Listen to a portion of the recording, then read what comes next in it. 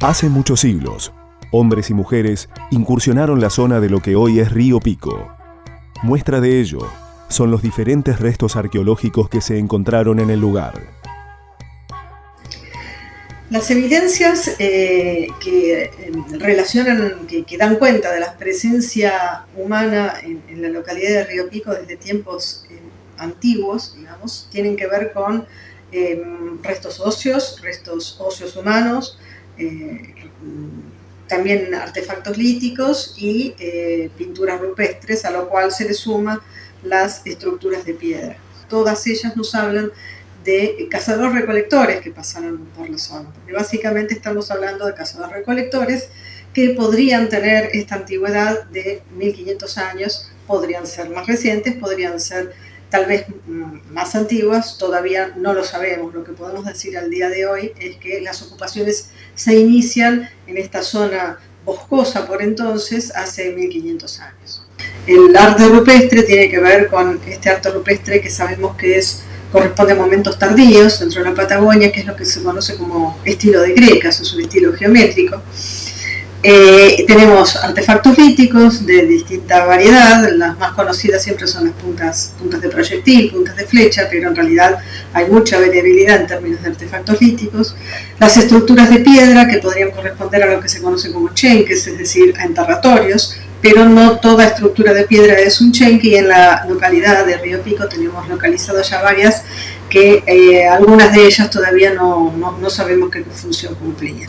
Y los restos óseos faunísticos finalmente, cuando tienen, digamos, son producto de la acción humana, es decir, por ejemplo, encontramos huellas de corte en los huesos, podemos relacionarlos entonces con la presencia humana y con la subsistencia de los humanos en la zona. Hacia finales del siglo XIX, después de la conquista al desierto, se reorganizaron los territorios patagónicos y se poblaron nuevamente. Chepinen Nicolás Caipul, Acunt Fachi, Omeo, Pensen, Cipanto. A comienzos del siglo XX, ahí se suman otros pobladores al lugar, también de origen mapuche tehuelche, y estos pobladores van a ser testigos del paso, por ejemplo, de integrantes de la Comisión de Límites en 1902, y estos pobladores también van a ser testigos de otro suceso o hecho que marca la historia del lugar, que es el paso o el recorrido que hace el caballero alemán, en este caso William Valentin, con el propósito de crear una colonia alemana en el lugar, una colonia frustrada que no se va a dar, pero algunos alemanes igual se van a instalar en la zona. Lo que hace es relatar un libro muy interesante en donde, bueno, va a escribir la relación que tuvo cuando pasó por la zona con diferentes pobladores que ya estaban establecidos en el lugar. La legislación nacional se actualiza y digamos, se hace más compleja quizás, y permite también, bueno, obviamente la instalación, pero de manera precaria, de pobladores originarios en el lugar. Y acá aparece una figura importante que depende o va a depender del Estado Nacional, y son los famosos inspectores de tierra, ¿no? Los inspectores de tierras eran agentes del Estado argentino que tenían como tarea fundamental realizar informes acerca de lo que encontraban en la zona rural de Patagonia. Los informes que elaboraban constituyen una fuente histórica fundamental para poder analizar el discurso justamente que los agentes estatales tenían y cómo ese discurso operaba a favor de algunos que finalmente terminaban obteniendo los títulos de propiedad en las grandes estancias inglesas, nacionales o binacionales, como los capitales vinculados a la Anónima, las familias Brown, Menéndez, Betty, es Olausen mismo. Hay incluso telegramas enviados por Nicolás Cayupul desde lo que hoy es José de San Martín, en donde bueno, hace una denuncia de posibles presiones para que abandonara el campo porque habían otros pobladores europeos interesados en ese campo, ¿no? Incluso Cayupul lo que menciona en este telegrama es la instalación, digamos, y la ocupación de otros pobladores en algunos potreros de lo que, bueno, el Estado le había facilitado. Los informantes no solo describían, sino que también de modo sumamente autoritario indicaban a los pobladores cómo tenían que vivir, cómo tenían que construir sus viviendas, cómo tenían que criar a sus animales, etcétera. Un discurso donde no había problemas en manifestar el deseo de que la inmigración europea ocupe las tierras, sea propietaria, porque justamente se alababa su forma de progresar, de su forma hasta de construir las viviendas, de vestirse, de hablar, etcétera, por oposición a otros que justamente se los veía como faltas de idea de progreso. Estamos hablando de 1904. Para ello, digamos, ya los pobladores que estaban en ese lugar, Cayupul, Amuinahuel y demás, bueno, ya tenían varios años instalados en el lugar, ¿no? Y llama la atención justamente porque, digamos, los informes de la Comisión de Límites y demás hablan de un poblamiento del lugar, pero me dicen o mencionan que se encontraban algunos indígenas deambulando por el lugar. Obviamente esto no es así según las fuentes, porque estos pobladores ya estaban instalados por lo menos hace 6 años atrás. Nicolás Cayupul tuvo una numerosa descendencia. Desiderio, el hijo mayor, había nacido en Teca en el año 1897. Los demás, Juana, nacida en 1900, casada con Bernardo Melipán y en segundas nupcias con el señor Painemal. María, nacida en 1898, casada con Nicolás Huichulev.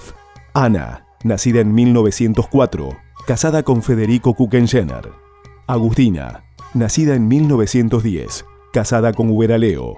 José Ñanco, nacido en 1909, soltero. Rosa, nacida en 1900, casada con Ramón Corbalán. Cecilio, casado con Aurelia Silva. Venancio, nacido en 1905, soltero. Constancio, nacido en 1911, soltero. Nicola, nacida en 1910, casada con Hussein Mouana. La vivencia de mi abuelo Nicolás, él vino de Chile, pasó de a caballo a la cordillera con su señora y se radicó ahí en Alto Río Pico. Y fue así que le fue favorable el lugar, le gustó. Por conocimiento de mi madre y documentación existente, le otorgaron varias hectáreas de tierra que mi abuelo la tramitó al gobierno de ese momento. Ahí en el potrero mi mamá tenía cordero, vaquitas tenía, y por ahí nos tocaba, yo le ayudaba a veces a alquilar a ella, porque estaba sola porque mi papá había fallecido ya. Entonces yo le ayudaba a ella a ordeñar las vacas, teníamos gallina, todo. Un campo más era. En ese momento se trabajaba de septiembre a mayo. A veces se hacía un baile porque había un salón también, que ya después lo hicieron el salón para bailar y para todas esas cosas que necesitaban. Así que alcancé a ir a bailar también. En la mayoría de las tías Cayupul, o las hijas de Nicolás, eran grandes tejedoras de telar. Incluso le enseñaron a mi madre.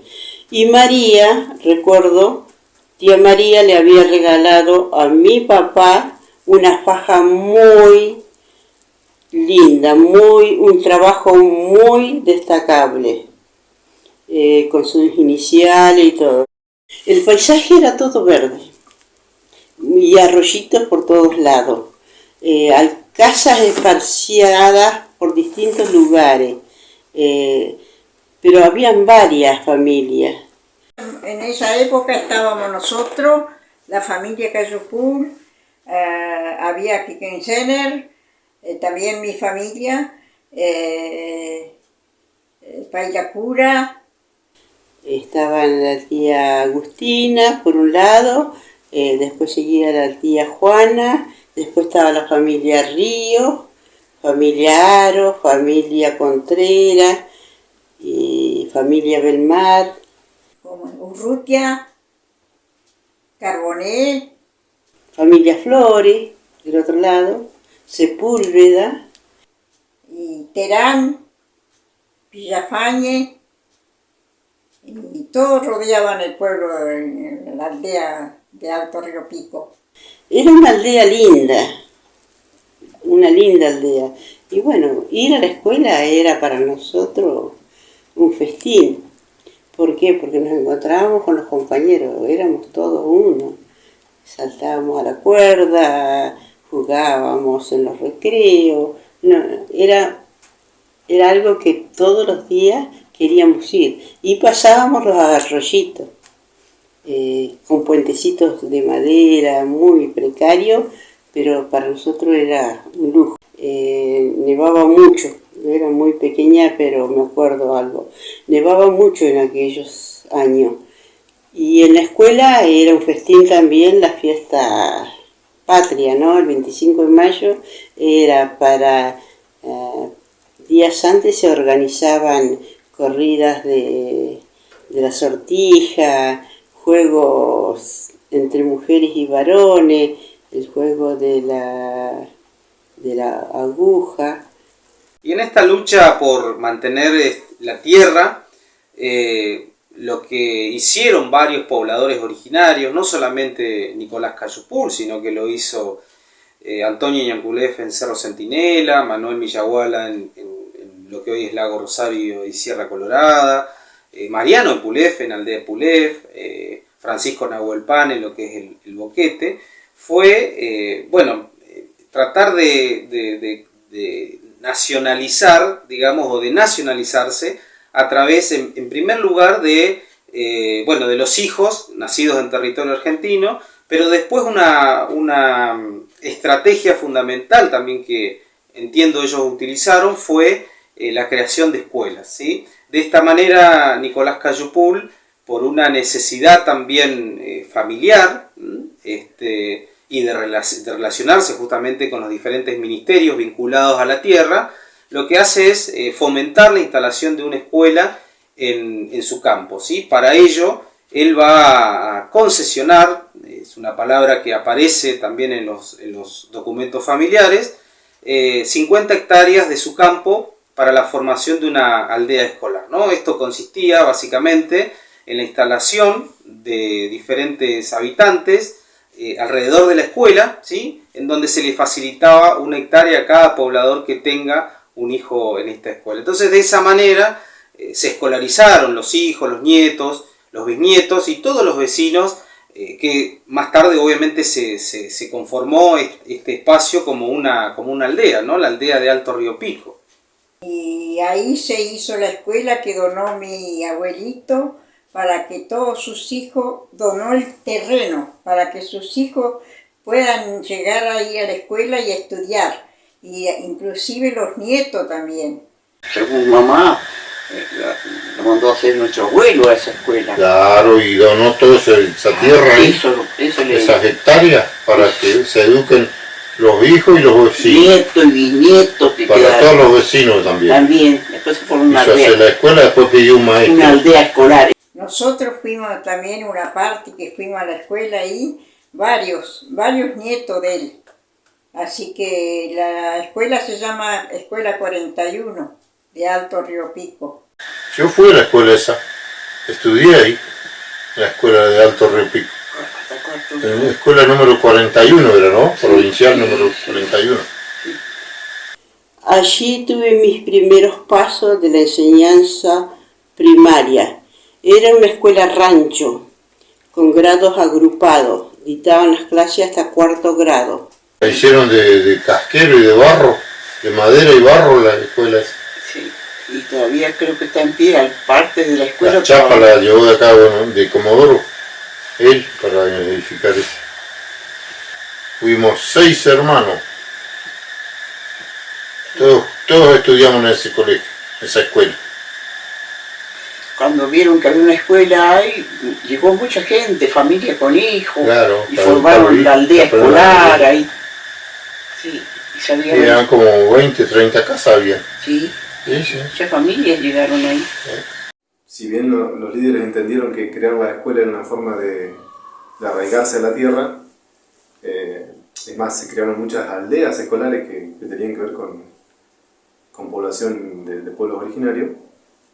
Es un arma de doble filo porque la nación se construye desde lo homogéneo, entonces no hay lugar para la heterogeneidad y mucho menos para la diferencia cultural. El Mapuzungún no era tenido en cuenta como una lengua en la escuela, aunque si uno ve los informes de los maestros de esa época se enojaban mucho porque no hablaban castellano los chicos en la escuela. Entonces costó, digamos, que se aprenda el castellano, y una vez que se aprendió el castellano después ya se los retaba o se los castigaba si hablaban en otra lengua, ¿no?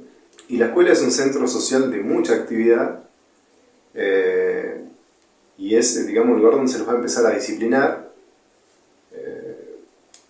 de todo, es decir, el control del cuerpo en su totalidad, es decir, desde cortarse el pelo, atárselo,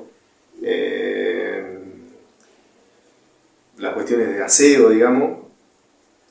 Uno, con la cultura que tiene, digamos, no es parte de lo deseable. Entonces empieza toda esta discriminación, esta idea de tratar al indígena como un bárbaro, como un salvaje. Y después, con el paso del tiempo, cuando aprenden la cultura letrada, porque así lo dicen muchos loncos, ¿no? Empiezan a ver que es necesario que se aprenda el castellano, porque las relaciones también de poder que establece el mismo Estado obligan ahora a trabajar desde una cultura que ya no es oral, digamos, sino que la cultura que imparte el Estado es totalmente escrita, y de esa manera, digamos, se va poco a poco dejando de lado la práctica de la cultura. Y las culturas, cuando no se practican, con el paso del tiempo, y esto no es muy difícil de corroborarlo, digamos, se empiezan a perder. A partir de la Ley Nacional de Educación, que establece un apartado, un artículo que habla sobre la interculturalidad, sobre la educación intercultural bilingüe, el Estado está tratando de volver un poco como a hacerse esa mea culpa de lo que se destruyó, y como queriendo devolverle a los pueblos, a las naciones, la búsqueda de vuelta de una identidad. La cultura no se pierde, simplemente por ahí están como dormidas un tiempo, y después aparece alguien, o algunos, o algunas, y vuelven a emerger. Y eso es lo que está pasando en algunos lugares, no podemos decir en toda la provincia del Chubut, pero el Mapuzungún se sigue revitalizando, se vuelve a enseñar, la lengua tehuelche en algunos lugares también. Con esta necesidad, obviamente, de poder tener una tenencia segura en relación al campo que ocupó, va justamente también a aprovechar las capacidades de su hijo mayor, y bueno, van a emprender un viaje a Buenos Aires para poder entrevistarse con las autoridades nacionales y poder comentar todo lo que estaba sucediendo en relación, bueno, a la posibilidad de obtener definitivamente el campo. La verdad que, digamos, podemos imaginarnos este viaje que hacen dos pobladores originarios prácticamente, uno de ellos con una edad avanzada, en esta gran ciudad, ¿no? Que realmente, bueno, con todo el movimiento de ciudad que tiene y que tuvo Buenos Aires en ese momento también, bueno, era algo muy complejo de imaginar. Así es que en 1925 realizan un viaje hasta Buenos Aires, y estando en ese lugar se le van a desarrollar gastos excesivos. Entonces, bueno, se quedan sin la posibilidad de viajar y le escriben una carta en ese momento desde Buenos Aires a autoridades nacionales para que le pueda facilitar pasaje desde esa provincia hasta el territorio. Buenos Aires, agosto 14, 1925. Excelentísimo señor Ministro de Agricultura de la Nación Argentina, Nicolás Cayupul, indígena, residente en el paraje denominado Río Pico, departamento de la Colonia San Martín, territorio nacional del Chubut. Actualmente en esta capital federal, respetuosamente digo a Vuestra Excelencia que para regresar a mi paraje, vengo ante Vuestra Excelencia por carecer de recurso, motivo que se me ha ocasionado gastos excesivo. Por lo tanto, ruego encarecidamente a Vuestra Excelencia se digne darme pasaje libre para mí y para mi hijo, que me acompaña desde la estación Plaza Constitución hasta la estación Carmen de Patagones, después de esta a Viedma, hasta la estación Ingeniero Jacobasi, kilómetro HH8, ramal vía San Antonio. FCS. Sin más motivo, me es grato molestar a Vuestra Excelencia con mis expresiones de agradecimiento y con el decidio respeto, saluda Vuestra Excelencia, es gracia, excelentísimo señor.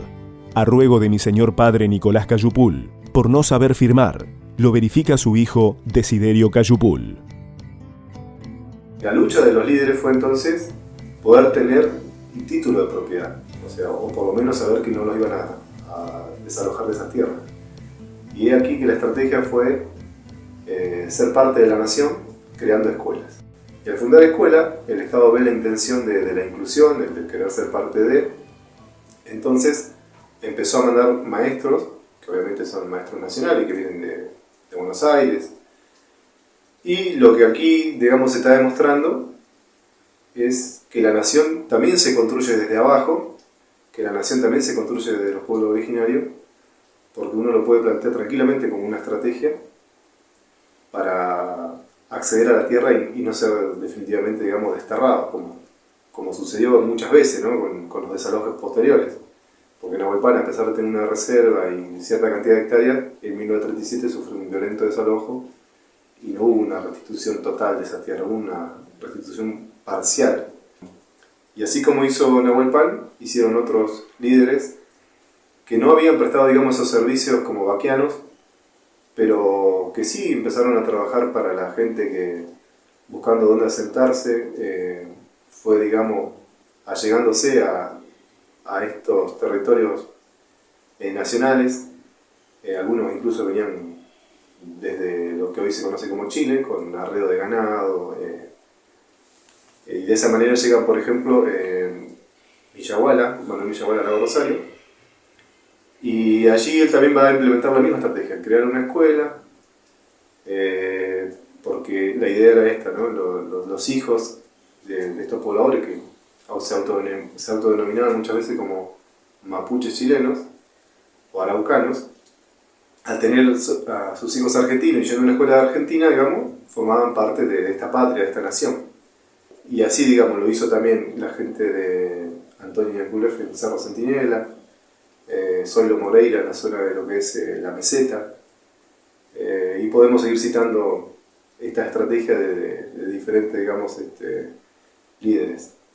Líderes en el sentido como también lo entiende el Estado, porque el Estado siempre buscó a una persona visible y reconocida con la cual, digamos, llevar adelante acciones, tratados, acuerdos, y ya no estamos hablando de los grandes loncos como Següeque, Calfucurá, Reuquecurá, porque eso ya pasó, digamos, esos líderes fueron derrotados, fueron inclusive llevados prisioneros. Sayhueque termina accediendo a la tierra también acá en lo que es el territorio nacional Chubut. Pero emergen otra figura, como los delegados aborígenes, que son, digamos, una especie de nuevos cargos políticos que crea el Estado para poder tener un nexo, un interlocutor sobre, digamos, para trabajar con las comunidades. Y de esta manera, digamos, organizar también lo que era este espacio, el territorio, porque tengamos en cuenta que no había mucha población. Incluso cuando se da el famoso plebiscito de 1902 en Trevelin, se dice que había mucha población indígena y no había tanta población criolla o de otro origen como la población galesa, digamos. Entonces también los pueblos originarios son necesarios. Y son necesarios porque el mismo Estado está otorgando tierra a compañías privadas, y esas compañías de grandes extensiones como la Argentina Southern Company necesitaban mano de obra. Entonces era necesario que hayan reservas o comunidades cercas para poder aprovisionarse de trabajadores. Uno de los informes realizados por la Dirección General de Tierras en el año 1927 detalla todas las mejoras que Cayupul había introducido hasta la fecha. Una casa de 10 metros por 4,50 metros, con 2 cocinas, una de 6 por 4 metros y otra de 4 por 4 metros, realizada en adobe con cimientos de piedra y techo de zinc. Un galpón construido de la misma manera de 8 metros por 5 metros. Una pieza de madera de 5 por 6 metros, otro galpón de 6 metros por 4 metros de madera, 3 corrales y 4 bretes de vasijones, una manga de madera construida de palo a pique, una chacra de 10 hectáreas cultivada con cebada y avena, cercada con 7 hilos de alambre y 40 plantas frutales de 2 años. Un capítulo aparte lo tiene la descendencia de Nicolás Cayupul, en este caso de una de las hijas, ¿no? de Rosa Cayupul, casada con Ramón Corbalán. Y lo interesante de esto es, bueno, digamos, la intención que tuvieron ellos de formar su familia, formar su hogar en otros lugares, ¿no? Seguramente por la necesidad de tierra, por la escasez de estas hectáreas que le dieron a Nicolás Cayupul. Bueno, Rosa decidió moverse, trasladarse a otro lugar que tenía que ver con el vecino país de Chile. Lo hizo con Ramón Corbalán, a partir digamos, del nacimiento de alguno de sus hijos en lo que hoy es Río Pico, Alto Río Pico. Hicieron un viaje, bueno, para la época bastante común, ¿no? Con carros de bueyes. Carros de bueyes y toda la familia. Y traían un petizo azulejo, estaba atrás del carro. Y después los chicos eran Cecilia, Marcelina, Gregorio, Rogelio y Audelio. Y la otra hermana que falleció en los 13, esa era bebé, chiquita, esa venía. Finalmente, bueno, intentaron pasar por el paso fronterizo de Futaleufú, allá por la década del 20 del siglo pasado, y por diferentes circunstancias, no pudieron pasar y se establecieron en lo que hoy es el paraje Los Cipreses, muy cerca de acá de Trevelin, a pocos kilómetros. El campo de Huille. Y ahí hicieron campamento y vivieron por mucho tiempo, porque contaban de que sembraban papas y eso. Después ya levantaron una casa. ¿Y el campamento cómo era? Porque los campamentos son como un toldo. Puede ser de lona o con ramas de retamo, que hacen techos y todo. A partir de ahí, bueno, ellos empiezan a desarrollar su actividad que tenía que ver obviamente con la tierra, su trabajo, y bueno, desarrollan también un comercio que era en ese momento muy usual, que era de la producción de todo tipo de productos de la tierra que se vendían en Esquel y en Trevelin. Todos los años sembraban cantidades, porque ya se ubicaron, tuvieron casa, tuvieron bueyes, arados, ya se afirmaron, tenían carro, caballo, y trabajaban la tierra, plantaron árboles, frutales y todo. Mi papá de Los Cipreses iba a Esquel con algún vecino que eran convenidos, iban con los carros a Esquel a vender papas, verduras. Tío Constancio siempre anduvo de caballo, ¿no? Él nunca conoció colectivo, bueno, en esos años a Los Cipreses, y acá no estaba el pueblo, así que. Cecilio también estuvo, la tía Anita también estuvo en en un verano, la tía Aurelia. ¿Quién más que estaba? Si el negro parece que también una vez estuvo. Roque, Petizo. ¿Sí? Una vez que, digamos, finalizó el propósito para el cual se crea la escuela, bueno, hay reclamos por parte de la familia y los nietos de Cayupul en la década de los 90 del siglo pasado. Incluso hay una carta que le escriben al Ministerio de Educación solicitándole la restitución de las tierras de las 50 hectáreas, que no son pocas, porque bueno, ellos entendían que se había terminado el plazo para la cual se había hecho la concesión y bueno, no recibieron ningún tipo de respuesta. De hecho, mi madre tiene una hectárea también ahí que lamentablemente fue ocupada, usurpada, y lamentablemente la escuela, el edificio histórico, que data de las primeras décadas del siglo XX, también fue ocupada por una persona que, bueno, que lamentablemente no supo, digamos, llevar adelante la conservación y la convirtió en una vivienda que, bueno, que va en contra o totalmente en contra de la normativa museológica, ¿no? En donde no se tendría que haber afectado este edificio histórico, digamos, que tiene mucha historia del lugar y que fue una de las primeras escuelas nacionales que se crea en la zona de lo que hoy es Río Pico, ¿no? Nicolás Cayupul y Agil Antil obviamente tuvieron un cambio significativo en sus vidas al instalarse en lo que hoy es Alto Río Pico.